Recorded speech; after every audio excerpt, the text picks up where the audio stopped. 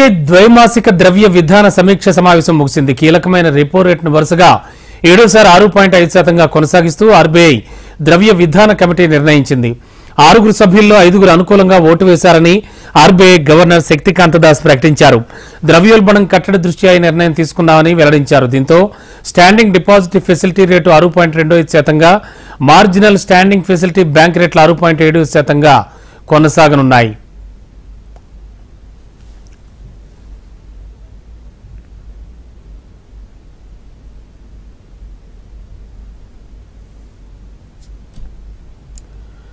ద్రవ్యోల్బణం 9 నెలల కనిష్ట స్థాయి అంటే 5.7% తగ్గిందని శక్తికాంత దాస్ వెల్లడించారు.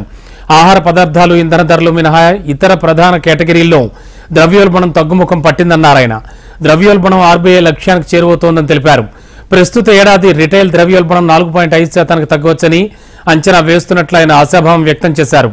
దృఢమైన ఆర్థిక వృద్ధి అవకాశాలు ద్రవ్యోల్బణంపై ఆధారపడి ఉంటాయని, అందుకే ధరల తగ్గుదలపై దృష్టి కేంద్రీకరించామని చెప్పారు. ద్రవ్యోల్బణం విషయంలో ఆర్బీఐ అప్రమత్తంగా ఉందన్నారు. ప్రస్తుత ఆర్థిక సంవత్సరం 2024-25లో భారత్ 7% వృద్ధి సాధించే అవకాశాలున్నాయని శక్తికాంత్ దాస్ అంచనా వేశారు.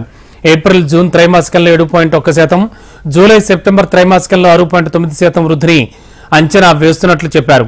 ప్రపంచ ఆర్థిక వ్యవస్థ ప్రస్తుతం స్థిరంగా కనిపిస్తోందని, 2024లో ప్రపంచ వాణిజ్యం వేగంగా వృద్ధి చెందుతోందని ఆశిస్తున్నట్లు ఆయన చెప్పారు. The Reserve Bank MPC decided by a majority of 5-1 to keep the policy repo rate unchanged at 6.5%. Consequently, the standing deposit facility, that is the SDF rate, remains at 6.25% and the marginal standing facility, that is the MSF rate, remains at MSF rate and the bank rate, they remain at 6.75%.